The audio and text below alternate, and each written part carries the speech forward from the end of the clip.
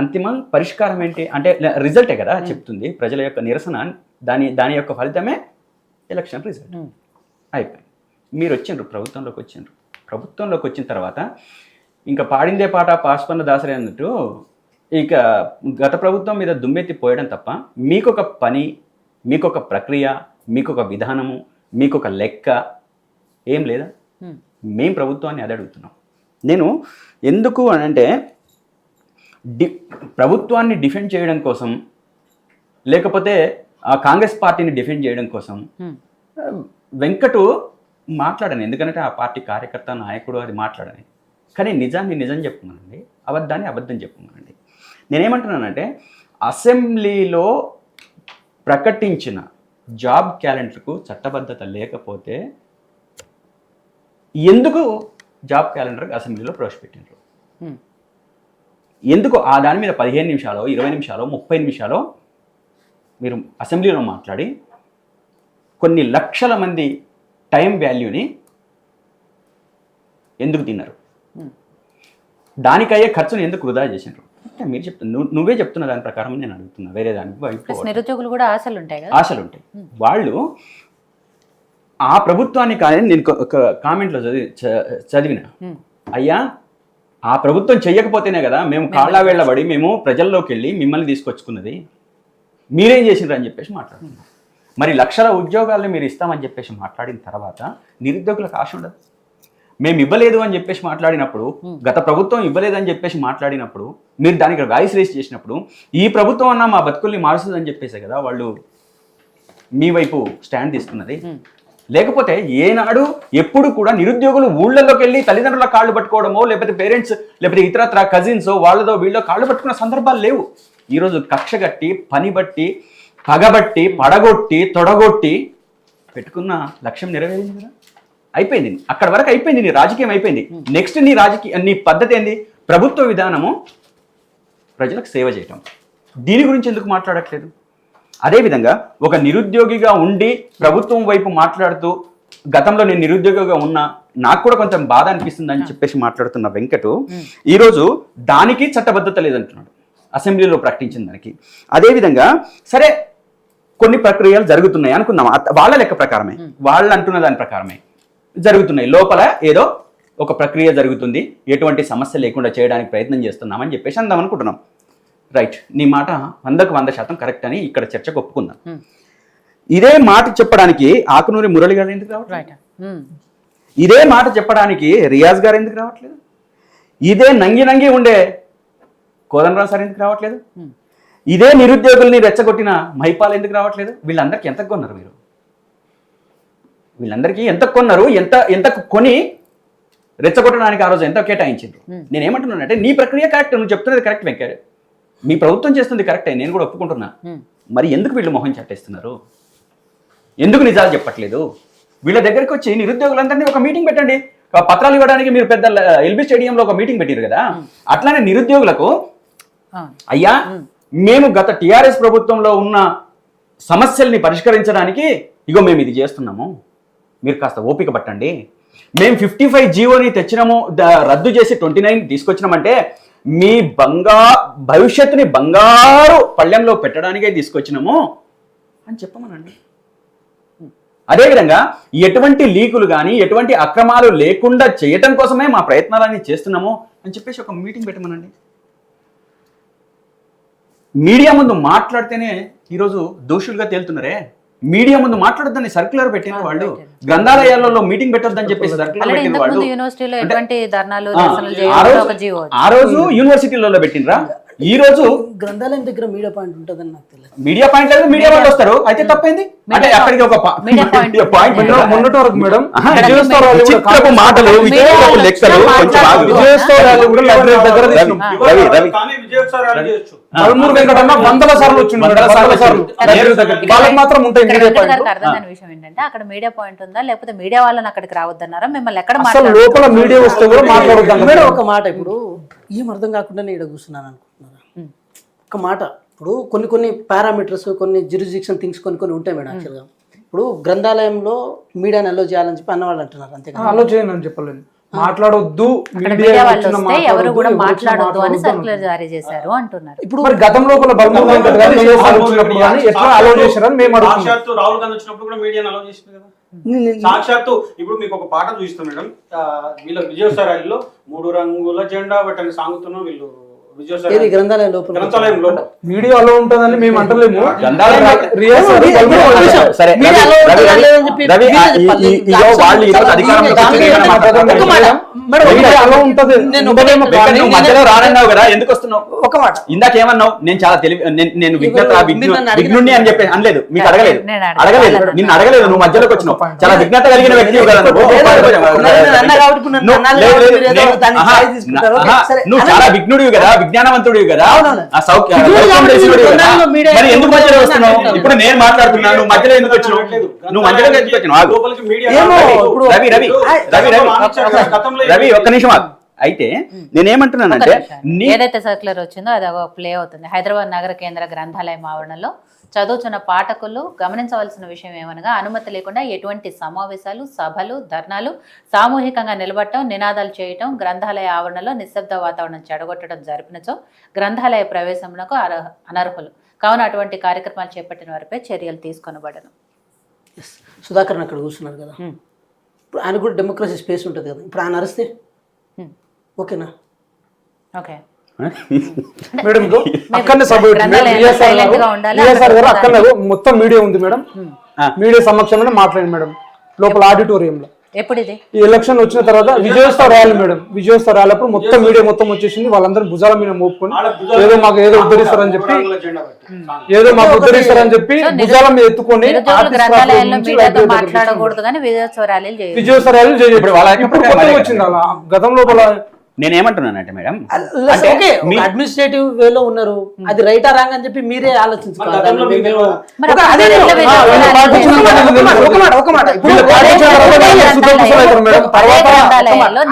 అట్లాంటి మాటలు మాట్లాడారు.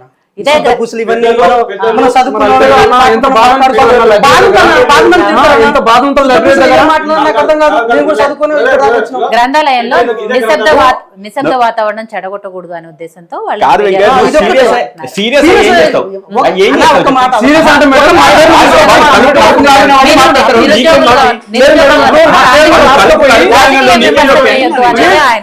నా ఇంటెన్షన్ రాలేదు. మీరు చేయాల్సుకుంటే రాజకీయం చేయండి. అంటే వాళ్ళు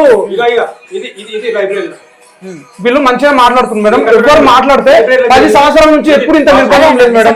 ఎంత నిర్బంధం ఏ రూపంలో నిర్బంధం ఉంది? లైబ్రరీ నుంచి మిమ్మల్ని లైబ్రరీలో మేడం ఒక్క వాయిస్ మా పేర్లు రాసి పోలీస్ స్టేషన్ పిలిపిస్తుంది మేడం. రియాజ్ సార్ గానీ వీళ్ళందరూ కలిసి ఏ చిన్న ఇష్యూ మాట్లాడినా జాబ్ నోటిఫికేషన్ గురించి మాట్లాడతాం మేడం.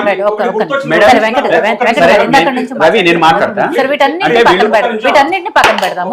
గౌతమ్ గారు అన్నట్టు మీరు ఏదైతే మంచి ఉద్దేశంతో కొంత టైం తీసుకొని ఎటువంటి టెక్నికల్ ఇష్యూస్ రాకుండా దీంట్లో నోటిఫికేషన్ వేయాలనుకుంటారో ఆ విషయాన్ని అదే రియాజ్ గారు, ఆక్నూరు మురళి గారు, కోదండరామరెడ్డి గారు కూర్చోబెట్టి వాళ్ళకి ఎందుకు చెప్పట్లేదు అని, ఎందుకు వాళ్ళ మొహం చాటేస్తున్నారు? ఒకటి నేనేమంటున్నా అంటే మేడం, వాళ్ళ అథారిటీ కాదనేది కూడా చాలా ఇంపార్టెంట్. మరి అయ్యాలి ఎట్లా మాట్లాడాలి? ఇప్పుడు ఈ విషయం ఒకటే, ఈ విషయం నన్ను అడిగితే ఏముంటది? త్వరలో రేవంత్ అన్న కలిసినాము, ఈ విషయం నన్ను అడిగితే నా దగ్గర నుంచి సమాధానం రాదు విజిత గారు. ఒక విషయం అంటే అథారిటీ ఎవరనేది చాలా ఇంపార్టెంట్. ఎందుకంటే మనం ఇది ఇంటెలెక్చువల్ డిస్కస్ చేద్దాం, దానికి ఇంటెలెక్చువల్ డిస్కషన్ వేరే. ఇప్పుడు బుర్రా వెంకటేశ్వర గారి మీద మీకైతే నమ్మకం ఉందా లేదా? అది కూడా ఒక మాట, మే 3 తారీఖు రోజు మీకు నోటిఫికేషన్ ఇస్తామని ఇంటర్వ్యూ ఉంది మేడం. ఆ పెద్ద మనిషి చాలా మంచి తెలివిగల వ్యక్తి, మాకు చాలా అభిమానం వెంకటేశ్వర సార్ అంటే. కానీ మీరేమన్నారు? మీరన్న ప్రకారం చెబుతాము. అథారిటేటివ్ పర్సన్ కదా అతని. 3 తారీఖు నుండి నోటిఫికేషన్ వస్తాను. మే అయిపోయిందని అనుకుంటాను. రవి మేడం నాకు టైం ఇస్తే ఒకటే నిమిషం. మీరు చెప్పలేదు ఆన్సర్. మరి వాళ్ళతో ఇది చేస్తున్నప్పుడు నేనేం చేయాలి? అతను ఆయన ఇందాక మాట్లాడుతున్నారు, దాని మధ్యలో నాకు తెలిసి ఆయన అడిగిన క్వశ్చన్ కి నన్ను అడిగినట్టున్నారు. ఆన్సర్ రాకుండానే ఆయనకి ఇచ్చేసారు. ఇవ్వండి. అయితే మొత్తం రాసుకొని ఇవ్వమని చెప్పండి. నేనేమంటున్నానంటే, ఒకవేళ అంటే ఇప్పుడు మాటల్లో చర్చలలో వెంకట ఒక మాట అన్నాడు, అంటే రియాజ్ సార్ కానీ, ఆకునూరి మురళి కానీ, లేకపోతే ఇంకో ఎక్స్ పర్సన్ మన మీరు అథెంటిఫికేషన్ కాదని అంటున్నారు కదా. అథెంటిఫికేషన్ కాదు అని చెప్పేసి మీరు అంటున్నారు కదా. సరే, మీరు అథెంటిఫికేషన్ కాదు, అది కూడా మనం ఒప్పుకుందాం. అథెంటిఫికేషన్ చేయడానికి దానికి ఒక పద్ధతి ఉంటుంది కదా. ముఖ్యమంత్రి గారు ఉన్నారు, ముఖ్యమంత్రి గారు వాళ్ళ ముగ్గురిని పిలిచి ఆనాడు మనం ఏదైతే నిరుద్యోగులకు వెళ్ళామో, ఏ నినాదంతో వెళ్ళినామో అదే నినాదం ఈరోజు మనకు ఒక సమస్య అయింది. ఈ సమస్య ఎందుకైందో గతం నుంచి మనం దీని మీద ఎటువంటి ఎక్సర్సైజ్ చేస్తున్నామో, గత 18 నెలల కాలంలో మనకు చాలా అండపిండ బ్రహ్మాండమైన ఒక సమస్యలు దాంట్లో ఉన్నాయి. ఆ సమస్యల్ని పరిష్కరించడానికి మనం చాలా తీవ్రమైన కృషి చేస్తున్నాము. ఈ కృషి చేసే క్రమంలో కొంత లేట్ అవుతుంది. కొంచెం పోయి వాళ్ళకి చెప్పండి. నేను చెప్పనా ఆన్సర్? ఇప్పుడు నేను ఆన్సర్ చెప్తున్నా. నేనేమో ఆన్సర్ చెప్తున్నా అంటే కేటీఆర్ గారు స్పందిస్తారు కదా, నాన్నగారు 10 సంవత్సరాల కాలంలో ఒక్క డిఎస్సి కూడా మనం వేయలే. వీళ్ళు వచ్చిన తర్వాత 11,064 డిఎస్సి పోస్టులు భర్తీ చేసి పాఠశాల అన్నింటినీ చాలా సమృద్ధిగా ఏది ఇన్ఫ్రాస్ట్రక్చర్ డెవలప్ చేసి క్వాలిటేటివ్ అండ్ క్వాంటిటేటివ్ ఎగ్జామ్ ఇస్తున్నారు. ఇది ఎలా సాధ్యం అని చెప్పి కేసీఆర్ గారిని అడిగి ఇప్పుడు ఎందుకు మధ్యలో ఏ విజ్ఞతతో నేను ఆయన మాట్లాడుతున్నారు, నేను అన్నాకే కాదు మేడం, నేను ఇప్పుడు నాది కంప్లీట్ కాలేదు. ఆయన అడగడమే ఆన్సర్ చెప్తాను. ఆయన అడిగిన ఆన్సర్ చెప్పకుండా మీరు మళ్ళీ ఆయన రాసుకోమని చెప్పిన నేను క్లియర్ గా. నేను మాట్లాడిన తర్వాత కంప్లీట్ గా ఇప్పుడు వెంకట్కున్న విజ్ఞత కారణంగా ఆయన మధ్యలో రావద్దు. నేను అందుకని నేను మధ్యలోకి రావట్లేదు. నువ్వే విజ్ఞతాన్ని ప్రదర్శించాలి అని చెప్పేసి అనుకున్న చదువుకుంటావు. మళ్ళీ మొదలు పెట్టిండు. ఇదేనా విజ్ఞత? ఇదేనా లౌక్యం? ఇదేనా ప్రజలకు చెప్పాల్సిన సమాధానం? వినండి, నేను ఏమంటున్నానంటే ఇప్పుడు ఒక చర్చ బ్రహ్మాండంగా జరుపుదామని చెప్పేసి నువ్వే అన్నావు. అంటే ఇంటలెక్చువల్ గా జరగదాం. మేమేం కాదు, మేము ఎక్కడ గుంజుకుంటున్నాం? మీరు అన్న విషయాన్ని చెప్తున్నాను.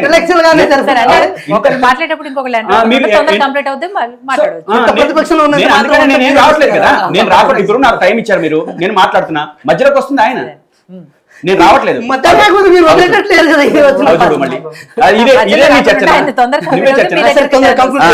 కాబట్టి నేనేమంటున్నానంటే, మీరు ఒక ప్రక్రియ మొదలు పెట్టినప్పుడు నిరుద్యోగులే మీకు పావులు అయినప్పుడు, నిరుద్యోగులే మీకు ఆనాడు పునాది అయినప్పుడు, మీ అధికారం రావడానికి వాళ్ళ దగ్గరికి వెళ్ళి నిష్పక్షపాతంగా జరుగుతున్న ప్రక్రియని ఎందుకు చెప్పట్లేదు?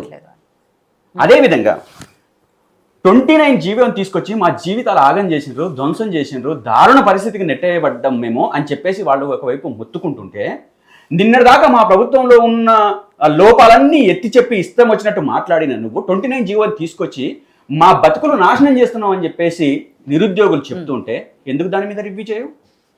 ఎందుకు రివ్యూ చేయవు? మాట్లాడు. నువ్వు ప్రజాప్రభుత్వం కదా, ప్రజలకు పూర్తి ద్వారాలు తెరిచి అన్ని రకాల సమస్యల్ని పరిష్కరిస్తానని చెప్పేసి అధికారంలోకి వచ్చినావు కదా. అధికారంలోకి వచ్చిన మీ ప్రభుత్వము, మీ పార్టీ ఆ విధమైన విధానాలని ఎందుకు చేపట్టట్లేదు?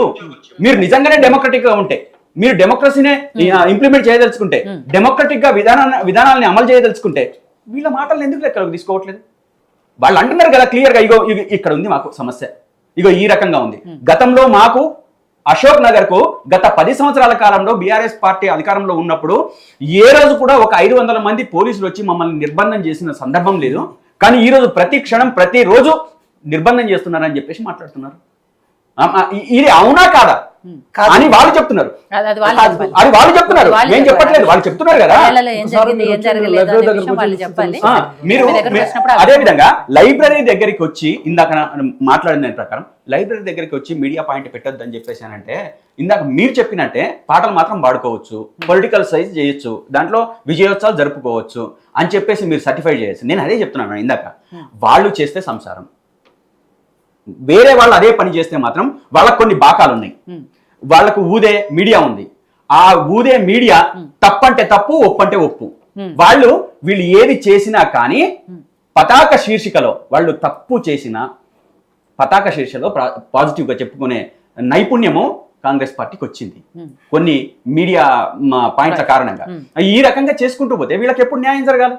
నువ్వు సరే ఇవన్నీ కాదు మేడం, సరే నీకు ప్రభుత్వం రాలేదు, నీకు విధానాల్ని రూపొందించే సందర్భంలో నీకు లేట్ అయింది, అది కూడా అంగీకరిద్దాం. ప్రజల ముందు, మీడియా ముందు అంగీకరిద్దాం. ఈ లేట్ అవుతున్న సందర్భంలో వాడికి ఇస్తానన్న నిరుద్యోగ భృతి ఎందుకు ఇవ్వట్లేదు? రైట్, మీ లెక్క ప్రకారమే కానీ మీ లెక్కల ప్రకారమే కానీ మీరు ఇచ్చిన నిరుద్యోగ- నిరుద్యోగ అరే మళ్ళీ అదే చెప్తున్నా. ఆగండి. ఇదే విఘ్నత. 110 ఇస్తానని చెప్పి ఇదే విఘ్నత. ఆగాలి. ఐదు సంవత్సరాల వరకు ఎందుకు మేడం, ఇవ్వలేదు? ఇగో ఏసీపీ గారు వస్తే దండం పెట్టిన పిల్లల్ని ఆడపిల్లల్ని కొట్టొద్దని, ఆడపిల్లల్ని హాస్టల్లో ఉరికిపించడం ఎప్పటిది ఇది? 29 జియో పైన మేము ఒక పోలీసు వాళ్ళని పెట్టలేదన్నారు కదా, 29 జియో పైన ఇక కొడితే అంగులు చినిగిపోయినాయి. విపరీతంగా కొట్టిండ్రు. అది ప్రపంచమంతా తెలిసింది కదా. నా పైన లాఠీ చార్జ్ చేస్తే ఇవన్నీ చినిగిపోయింది, ఆ. ఈ షర్ట్ చినిగిపోయింది, బ్యాక్ సైడ్ మొత్తం దారుణం కొడితే ఇప్పటికి నాకు పెయిన్ ఉంటుంది. మీడియా మేడం ఒకటి ఏంటంటే నిజంగా ఒక్క నిమిషం. సరే, గౌతమ్ గారు, నేను చివరికి మీరు conclude చేస్తే వస్తాను. నేను నేను చివరికి వస్తాను. అయితే రవి, నేనేమంటున్నానంటే మా ప్రభుత్వాన్ని మీరు క్వశ్చన్ చేయడం మానేయండి. ఇక అయిపోయింది. మాది అయిపోయింది. ఇక మేము ఇచ్చినమా, ఇవ్వలేదా, చేసినమా, చెయ్యలేదా, ఇవన్నీ బేరీజ్ చేసుకునే కదా నీకు అధికారం ఇచ్చిండ్రు. ఇంకా కొత్తగా నువ్వు మాట్లాడేది ఏముంది? అయిపోయింది కదా. అయిపోయిన పెళ్లికి బాజాలు ఎందుకు కొడుతున్నారు అనేది మా ప్రశ్న. అయిపోయింది. అయిపోయిన తర్వాత మీరెందుకు? మీరు ఇప్పుడు నిరుద్యోగ వృత్తి ఇస్తానని చెప్పేసి టంకా బజాయించి చెప్పింది మీరే కదా. ఉద్యోగాలకు నిరుద్యోగులుగా ఉంటే మరి ఇవ్వండి. ఇప్పుడు ఇప్పుడు 3,000 ఇస్తామని చెప్పి మేము అప్పుడు అంటే 3,116 ఇస్తున్నారు. నువ్వు మేము రాలేదు. మేము 116 ఇచ్చేటన్నామో, 116 నువ్వే మాట్లాడుతున్నావు. మధ్యలోకి వచ్చి ఫస్ట్ విఘ్నత గురించి మాట్లాడేది వాళ్ళే, గురించి మాట్లాడేది వాళ్ళే. మధ్య మధ్యలో దూరేది వాళ్ళే. ఏంటిది? నేను విషయం చెప్తున్నా. అదే విషయం చెప్తున్నా. అరే నేను నిరుద్యోగ వృత్తిని వాళ్ళు ఈ రకంగా ఉన్న పాటను పాడినట్టే పాడినట్టే పాడి పాడి పాడి స్టార్టింగ్ లో మీరు అన్నారని ఆయన ఇప్పుడు అంటారు. వాస్తవమే కదా. విఘ్నత చెప్తున్నారు, మొదలు ఆపేసి అయిపోతుంది కదా, మేము కూడా మాట్లాడాలి ఉంటది కదా. వాస్తవ విషయం. ఇప్పుడు మేము మధ్యలోకి వచ్చినప్పుడు మా విజ్ఞతను ఎట్లయితే నువ్వు ప్రశ్నించినావు, నువ్వు మధ్యలో నువ్వు మరీ మరీ ఎందుకు వస్తున్నావు? అందుకే అన్నప్పుడు ఎలా మధ్యలోకి ఎందుకు వస్తున్నావు? నేనైతే నువ్వు మాట్లాడుతున్నప్పుడు అవునండి, మా పాయింట్స్ ఉన్నాయి కాబట్టి మాట్లాడుతున్నాము. నేను కొత్తవి తీసుకురాలేదు మేడం, నేను కొత్తవి తీసుకురాలేదు వెంకట్, నేను కొత్తవి తీసుకురాలేదు. నువ్వు మాట్లాడిన అంశాల మీదే మాట్లాడుతున్నా. నేను కొత్తగా ఏం ఎలిగేషన్ పెట్టినా నువ్వు అన్న విషయాలే తీసుకొస్తున్నా. నేను కొత్తగా ఏం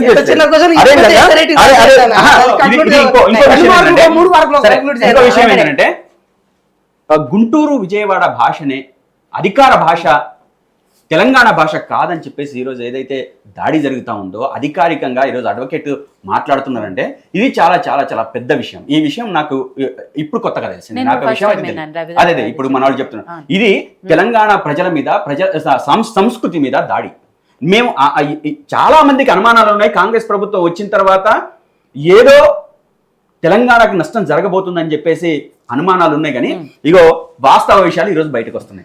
కొన్ని విషయాలు ఖచ్చితంగా వస్తున్నాయి. తెలంగాణ ప్రజలకి చేయాల్సిన అవసరం ఉండే, ఇది దాన్ని కన్సర్న్ గా రేజ్ చేయండి అంతే తప్ప దాన్ని కాన్ఫిడెన్స్ గా చూడాల్సిన అవసరం లేదు. ఎస్, నిజంగా తెలుగు అకాడమిక్ బుక్స్ లో తెలంగాణ మాండలికాన్ని కానీ ఇంక్లూడ్ చేయాల్సిన అవసరం. ఇక నేను మాట్లాడాను మేడం, తెలుగు భాష చేసి ఆంధ్ర కవులను కళాకారులను సత్కారం చేసిన ప్రభుత్వం ఇది. మీరు మాట్లాడుతున్నారు భాష సంస్కృతి గురించి. ఛానల్ కి నిజంగా ప్రత్యేకంగా ధన్యవాదాలు మేడం. ఎందుకంటే మన నిరుద్యోగ సమస్యని మొత్తం మీడియా మొత్తం అమ్ముడుపోయింది మేడం. కాంగ్రెస్ పార్టీ కొనేసింది. ఇప్పుడు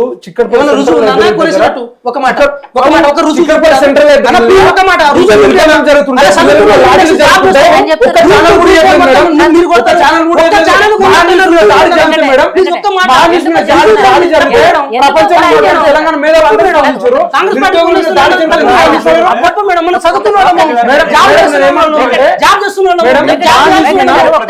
గవర్నమెంట్ లో ఉంటారు.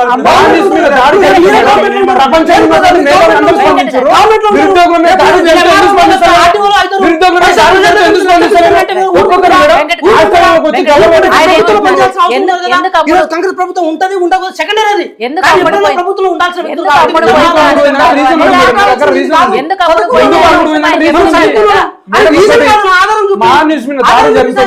ప్రతి ఒక్కరు స్పందించారు. కాంగ్రెస్ పోలీసులు లాఠీ చార్జ్ ఈ రోజు యూట్యూబ్ లో చూస్తున్నారు. చాలా బాగా అనిపిస్తుంది మేడం.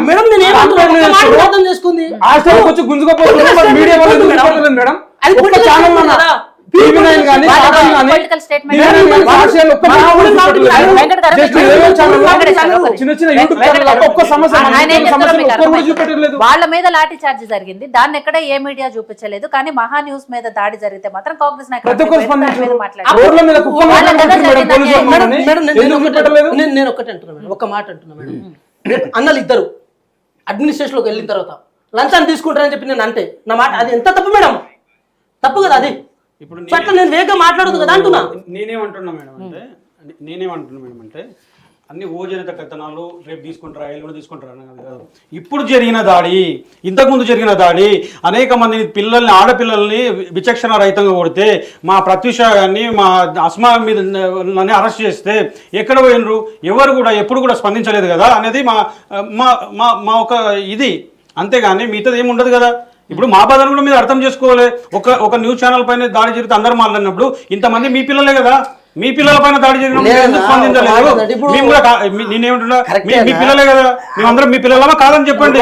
ఒకటి మేము శత్రువులమా? మేము శత్రువులం కాదు కదా. కాదు, మేము శత్రువులం కాదు కదా. ఇప్పుడు ఇందాక అన్న ఏమన్నాడు, పత్తిత్తుల మాట అనేసాడు actually. సరే, బాధ అనిపించింది మేడం. ఇప్పుడు గతం లోపల ఇన్స్టిట్యూట్ వాళ్ళ అన్నారు మేడం. గతం లోపల రియాజ్ సార్ కూడా ఇన్స్టిట్యూట్ నడిపింది కదా, బస్ యాత్ర వేసుకొని నిరుద్యోగులు అందరూ రెచ్చగొట్టిండు కదా. మేడం, నేను ఏమంటున్నా? గతంలో ఇదే నిరుద్యోగులు బీఆర్ఎస్ పెట్టారు కదా, ఆ రోజు బాధ మేడం, ఒక మాట నేను ఒక మాట ఇప్పుడు రాజకీయ ఈ అంశాన్ని కనుక నేను రాజకీయ కోణంతో చూస్తే నన్ను కూడా పిచ్చ